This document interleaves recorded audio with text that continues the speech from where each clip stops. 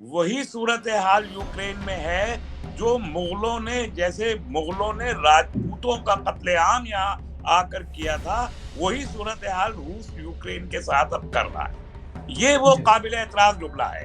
अब जाहिर है कि वो एम्बेसडर हैं तो यहाँ मुकामी हालात को, मुकामी सियासत को जानते हैं। वो समझते हैं कि यहाँ नफरत की और फिरकावारियत की सियासत हो रही है, तो उसको यूज करते हुए उन्होंने ये जुमला, ये किसी गैर मुल्की डिप्लोमेट को ना तो जेब देता है, ना उनका प्रोटोकॉल है, ना उनका जुरिसडिक्शन है।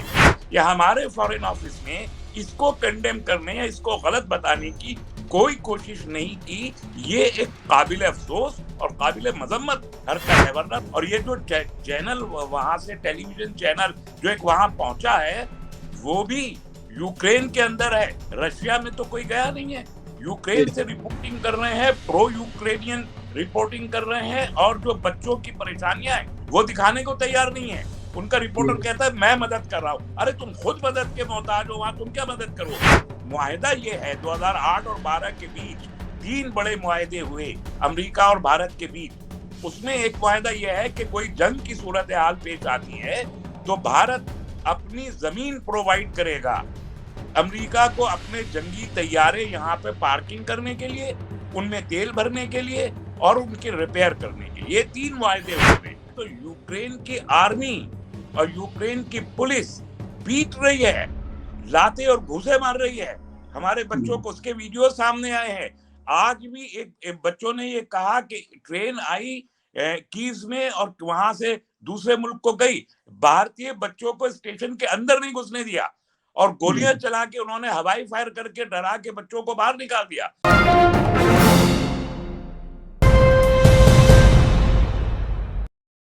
आदाब, मैं हूं शकील अहमद और आप देख रहे हैं न्यूज मैक्स। अभी जिस तरह से रशिया ने यूक्रेन पर हमला किया है और उसके बाद जिस तरह के हालात पैदा हुए, यूक्रेन के एम्बेसडर का शुरू में एक बयान आया, उसका कुछ हिस्सा मीडिया में दिखाया गया, खासतौर से मेन स्ट्रीम मीडिया में, टीवी चैनल्स में, जिसमें उन्होंने ये कहा कि हमें प्रधानमंत्री से बहुत ज्यादा उम्मीदें थी। इस हिस्से को नहीं दिखाया गया, जबकि प्रधानमंत्री एक बड़े लीडर हैं। इतने हिस्से को दिखा करके तमाम मीडिया ने ये दिखाने की कोशिश की कि भारत की तरफ बड़े बड़े देश आस लगाए बैठे हैं और प्रधानमंत्री नरेंद्र मोदी एक बड़े लीडर के तौर पर। एक दूसरा बयान उनका कल आया जिसको लेकर तस्लीम रहमानी साहब, जो मुस्लिम पॉलिटिकल काउंसिल ऑफ इंडिया के जो अध्यक्ष हैं, डॉक्टर तस्लीम रहमानी, उन्होंने एक लेटर लिखा है यूक्रेन के एम्बेसडर को।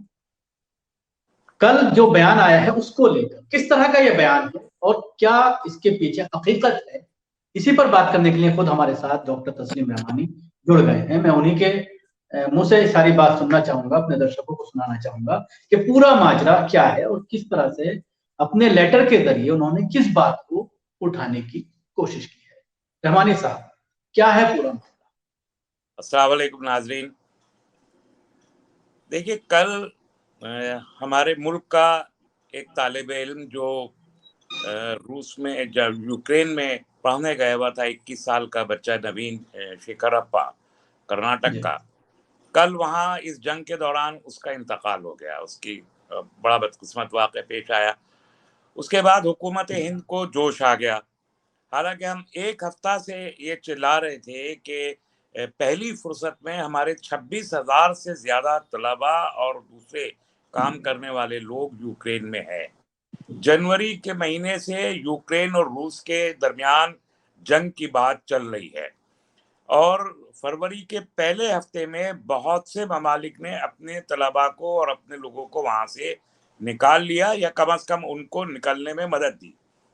हमने उसके बाद जब ये देखा कि इतने लोग निकल गए और हमारे लोगों को निकालने की कोई बात ही नहीं हो रही, तब हमने हुकूमत से अपील की कि पहली फुर्सत में निकालें इस बात को। अब 8 दिन हो गए, ये जंग का 7वां दिन है।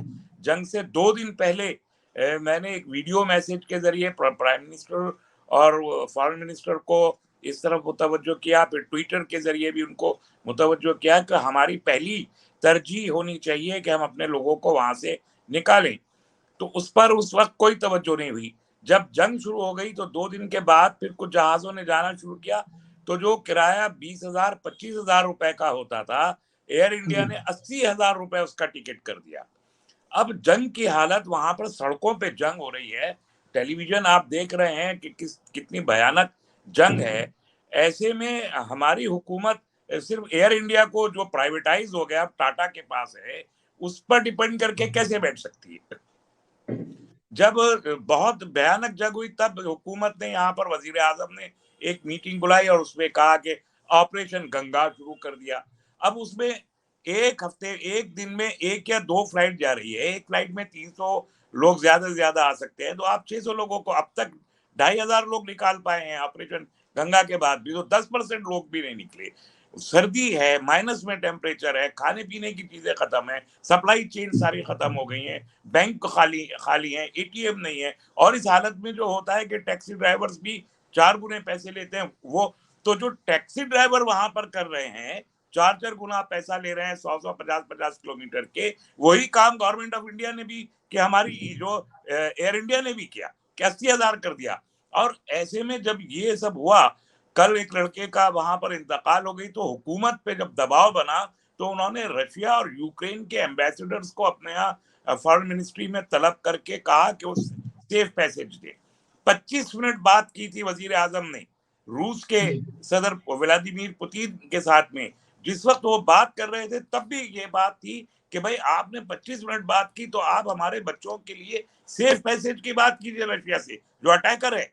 आपने वो बात उस वक्त भी नहीं की। कल जब बुलाया तो यूक्रेन के एम्बेसडर ने हमारे फॉरेन सेक्रेटरी से ये बात कही कि हम ये उम्मीद करते थे कि इंडिया जो है वो हमारे साथ खड़ा होगा, मजम्मती करारदाद पास करेगा, हमको हथियार देगा, हमारी सब मदद करेगा, और आपने ऐसा कुछ नहीं किया। लेकिन इसके बावजूद हम दुनिया में वो तमाम कुव्वतें जो बाअसर और बारसूख हैं, हम उनसे अपील करेंगे सबसे कि वो हमारे साथ इस मौके पे खड़े हों। क्योंकि ये अगला जुमला बहुत खास है, क्योंकि वही सूरत हाल यूक्रेन में है जो मुगलों ने राजपूतों का कत्लेआम यहाँ आकर किया था, वही सूरत हाल रूस यूक्रेन के साथ अब कर रहा है। ये वो काबिल एतराज जुमला है। अब जाहिर है कि वो एम्बेसडर हैं तो यहाँ मुकामी हालात को, मुकामी सियासत को जानते हैं। वो समझते हैं कि यहाँ नफरत की और फिरकावारियत की सियासत हो रही है, तो उसको यूज करते हुए उन्होंने ये जुमला, ये किसी गैर मुल्की डिप्लोमेट को ना तो जेब देता है, ना उनका प्रोटोकॉल है, ना उनका जुरिसडिक्शन है कि वो लोकल डोमेस्टिक पॉलिटिक्स पर कोई भी राय किसी को भी दे। और जाके फॉरेन मिनिस्टर से कह रहे हैं, मुझे अफसोस है कि फॉरेन मिनिस्टर ने, उसका फॉरेन सेक्रेटरी ने कोई जवाब उनको इसका दिया नहीं। तो जब मीडिया में ये खबरें आई, कल एएनआई ने इस खबर को रिलीज किया और इस जुमले को कोट किया, तो मैंने ये जुमला कोट करते हुए एम्बेसडर को लिखा यूक्रेन के कि आपको कोई हक नहीं है कि आप हिंदुस्तान की दाखिली सियासत पे किसी किस्म का तबसरा या रायजनी करें। इसका कोई जवाब उन्होंने नहीं दिया। मैंने कल ही उनको ईमेल पर भी, उनके पर्सनल ईमेल पर भी भेज दिया, ट्विटर पर भेज दिया, और उनके फॉरेन मिनिस्टर को भी ट्वीट कर दिया ये लेटर, ओरिजिनल लेटर, लेकिन कोई जवाब इन्होंने दिया नहीं है। ये लेटर मैंने कल भेजा था।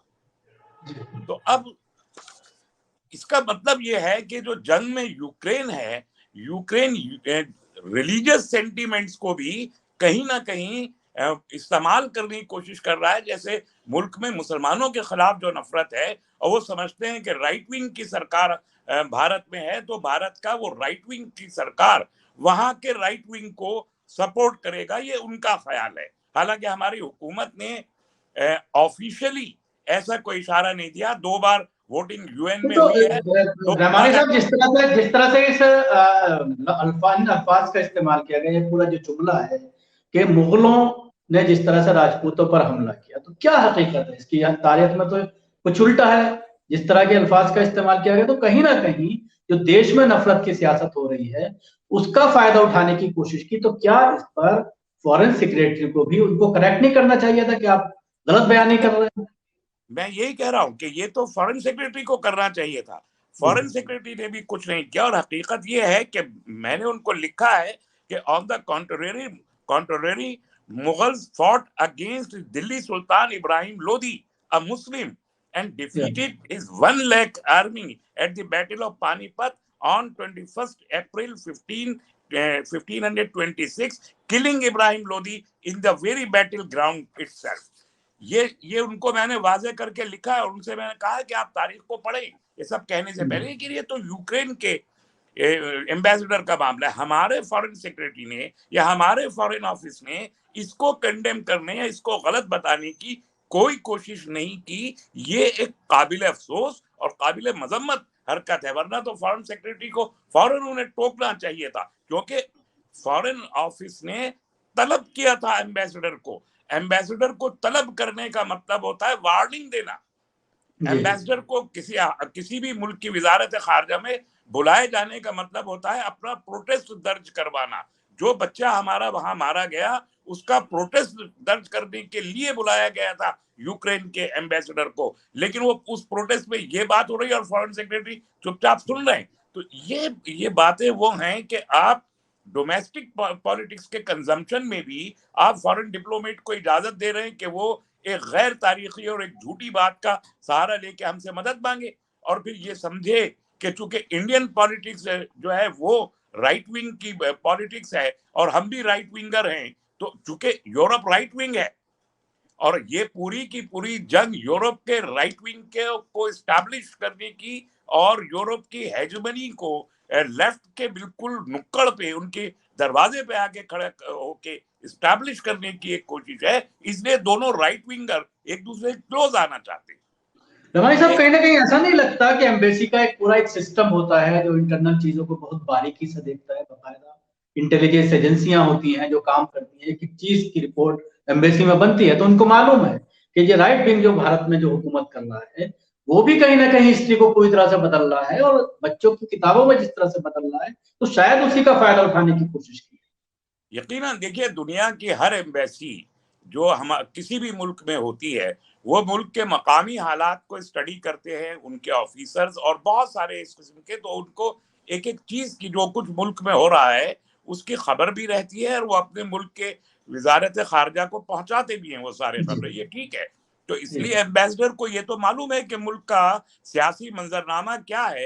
ये यूक्रेन के वजीर के एम्बेसडर भी जानते हैं अच्छे तरीके से। लेकिन मैं जो कहने की कोशिश कर रहा हूँ ये कि ये वो भी राइट विंग है और गवर्नमेंट, हमारी गवर्नमेंट का जो इंक्लिनेशन रहा है, जो मुआहदे रहे हैं वो यूनाइटेड स्टेट्स के साथ पिछले 7 साल में बहुत स्ट्रांग हुए हैं। यूनाइटेड स्टेट भी एक राइट विंग की हुकूमत है, यूनाइटेड स्टेट खुद को राइट विंग कहता है। तो वो जो मुआहदे हमारे हैं यूएस के साथ और यूक्रेन की पूरी वॉर को नेटो के साथ लीड कर रहा है यूनाइटेड स्टेट्स, और इंडिया और यूनाइटेड स्टेट्स एक ही पेडिस्टल पे हैं। इतने खतरनाक मुआहदे हमारे हुए हैं यूनाइटेड स्टेट्स के साथ के जंग अगर थोड़ी सी भी बढ़ी, यानी अगर अभी तो यूएस ने और नेटो ने कहा कि हम यूक्रेन में जाके जंग नहीं करेंगे, लेकिन खुदा ना खास्ता अगर वो यूक्रेन में आके जंग करने की बात तय कर लेते, या जैसे 8,500 फौजियों को अमेरिका ने कहा था कि स्टैंड बाई पे कभी भी हम यूक्रेन भेजते हैं, ये तो बाद में बदला है उनका फैसला कि हम यूक्रेन के अंदर नहीं जाएंगे। अगर वो आने लगते तो जो मुआहदे भारत के और यूएस के बीच हुए हैं वो तो एक बहुत बड़ा मसला खड़ा कर देते। यहाँ मुआहदा ये है 2008 और 12 के बीच 3 बड़े मुआहदे हुए अमेरिका और भारत के बीच। उसमें एक मुआहदा यह है कि कोई जंग की सूरत हाल पेश आती है तो भारत अपनी जमीन प्रोवाइड करेगा अमेरिका को अपने जंगी तैयारे यहाँ पे पार्किंग करने के लिए, उनमें तेल भरने के लिए और उनके रिपेयर करने के लिए। ये 3 मुआहदे हुए। तो अगर अमेरिका यहाँ यूक्रेन में आता तो जाहिर है सबसे करीबी मुल्क तो हम होते यहाँ जिनके साथ उनका ये स्ट्रेटेजिक एग्रीमेंट है, और अगर हम उनको तेल भरने के लिए यहाँ जहाज उतारने की इजाजत दे देती, जिसकी नौबत नहीं आई अल्लाह का शुक्र, तब तो हम पार्टी बन जाते और ये कितना बड़ा मसला इस मुल्क के लिए पैदा होता। और शायद इसी उम्मीद और इसी भरोसे पर यूक्रेन के एम्बेसडर ने हमारे वजारत खारजा के दफ्तर में ये जुमला कहने की जुर्रत की है, और ये जुर्रत भी कि कोई जवाब अब तक उन्होंने इसका हमको दिया नहीं जो उनके ईमेल पर और ट्विटर पे भेजा गया था।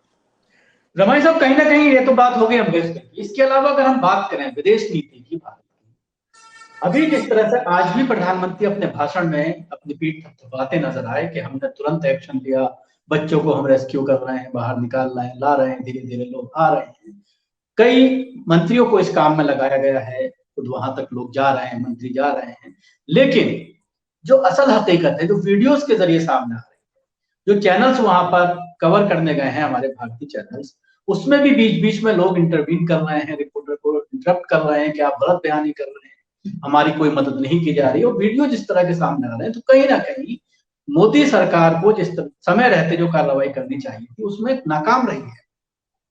100% नाकाम है। देखिए, मैंने कहा एक हफ्ते से कहा जा रहा है कि आप लेकर आइए।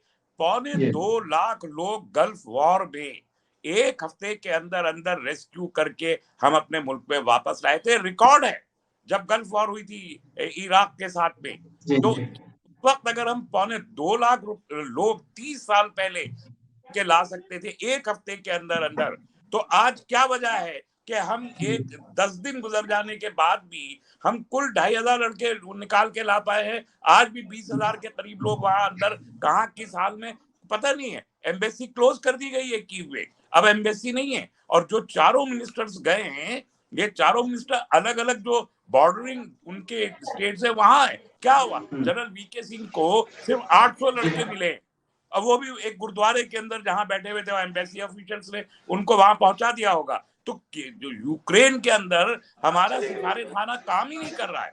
जो काम कर रहा है वो बॉर्डरिंग जो कंट्रीज हैं यूरोप की, वहां पर सिफारतखाना काम कर रहा है। और ये मिनिस्टर्स भी वहां गए। जो 20,000 लड़के अंदर फंसे हुए हैं, उनका कोई पुरसारे हाल नहीं है। और ये जो चैनल वहां से टेलीविजन चैनल जो एक वहां पहुंचा है, वो भी यूक्रेन के अंदर है, रशिया में तो कोई गया नहीं है। यूक्रेन से रिपोर्टिंग कर रहे हैं, प्रो यूक्रेनियन रिपोर्टिंग कर रहे हैं, और जो बच्चों की परेशानियां हैं वो दिखाने को तैयार नहीं है। उनका रिपोर्टर कहता है मैं मदद कर रहा हूं। अरे तुम खुद मदद के मोहताज हो, वहां तुम क्या मदद करोगे? तो एक तरफ आप पॉलिसी वाइज भी देखिए, आप एब्सटेन कर रहे हैं वोटिंग में, दूसरी तरफ थ्रो वन पर्टिकुलर चैनल आप लॉबिंग कर रहे हैं यूक्रेन की तरफ, तो पार्टी बनने की कोशिश कर रहे हैं। हमारा ताल्लुक नॉन अलाइन मूवमेंट से है, नावाबस्ता तहरीक से है, और ये वक्त है कि हम नावाबस्ता रहें। ये जरूरी है इस मुल्क के इंटरेस्ट में, हमारी दाखिली सलामती के लिए। और आप अगर वाबस्ता होकर पार्टी बन जाएंगे किसी के साथ, तो यकीनी तौर पर यह मुल्क के मफाद में नहीं होगा, और आप इनडायरेक्टली ये कोशिश कर रहे हैं कि आप पार्टी बन जाए यूएस के साथ। एक आखिरी सवाल करना चाहूंगा, जिस तरह से जो भारत का स्टैंड रहा यूएन में, जिस तरह से वोटिंग से बाहर हो गया भारत यूएई के साथ गया, और उसके बाद ये देखने में आ रहा है कि कहीं ना कहीं यूक्रेन का जो एक सॉफ्ट कॉर्नर था भारत के साथ, वो कहीं ना कहीं खत्म हो रहा है। और जो वीडियोस आ रही हैं उसमें इस तरह की बातें सामने आ रही है बच्चों के लिए कि कहीं ना कहीं जो वहां की पुलिस है या फौजी है वो कॉपरेट नहीं कर रही है भारतीय छात्रों। नहीं, देखिए, उनको ये उम्मीद थी कि गालिबन के फौरन भारत आएगा और फौरन भारत खड़ा हो जाएगा, उसकी फौजें आ जाएंगी, ये सब होगा, या कम से कम वो मजम्मती करारदाद पास करेगा। ये सब नहीं हुआ है। तो यूक्रेन की आर्मी और यूक्रेन की पुलिस पीट रही है, लाते और घूसे मार रही है हमारे बच्चों को। उसके वीडियो सामने आए हैं। आज भी एक बच्चों ने ये कहा कि ट्रेन आई कीव में और वहां से दूसरे मुल्क को गई, भारतीय बच्चों को स्टेशन के अंदर नहीं घुसने दिया, और गोलियां चला के उन्होंने हवाई फायर करके डरा के बच्चों को बाहर निकाल दिया। और जो बाहर खड़े बच्चे हैं उनको साइड में करने के लिए उन पर डंडे बरसा रहे हैं, उनको मार रहे हैं। तो अभी ये एक बच्चे के इंतकाल की खबर आई है, अल्लाह बेहतर जानता है कि वहां अंदर क्या हो रहा है, कुछ किसी को खबर नहीं है। तो हवा में सारी बातें की जा रही हैं। तो ये जो एटीट्यूड है यूक्रेन की गवर्नमेंट का, उनकी आर्मी का, उनकी पुलिस का, कि वो इंडियंस को पीट रही है और उसकी यहाँ खबर नहीं दिखाई जा रही, और प्रधानमंत्री जो है वो अपनी पीठ थपथपाते हुए इलेक्शन कैंपेन में मसरूफ हैं। तो मुझे नहीं लगता कि ये जुमलेबाज सरकार जो हर चीज में आपदा में अफसर ढूंढती है, इस आपदा में भी एक अफसर ढूंढ के इलेक्शन कैंपेन में कंज्यूम करना चाहती है, अपनी पब्लिसिटी करना चाहती है इलेक्शन के मौके पे, कि देखिए हम कितनी तेजी से काम कर रहे हैं, जबकि ग्राउंड पे उनका हमारा काम जीरो की तरह से है, बल्कि माइनस में है। शुक्रिया तस्लीम रहमानी साहब हमसे बात करने के लिए। जिस तरह से तस्लीम रहमानी साहब ने कहा कि जो अम्बेसडर ने मुलाकात की कर, और उसमें जिस तरह से उन्होंने ये कहा कि मुगलों ने जिस तरह से राजपूतों के ऊपर हमला किया था, इसी तरह से हमारे मुल्क में हो रहा है। और कहीं ना कहीं जो भारत की सरकार का या बीजेपी का जो स्टैंड है उसी को आगे बढ़ाने की उन्होंने कोशिश की। शुक्रिया हमारे साथ जुड़ने के लिए तस्लीम रमाई साहब। दर्शकों से कहना चाहूंगा, अगर आपको हमारा ये प्रोग्राम अच्छा लगा तो हमारे चैनल को सब्सक्राइब करें, उसके साथ ही बेल आइकन जरूर दबाएं। अगर आप ये वीडियो फेसबुक पर देख रहे हैं तो पेज को लाइक करें, उसके साथ ही फॉलो भी करें। धन्यवाद।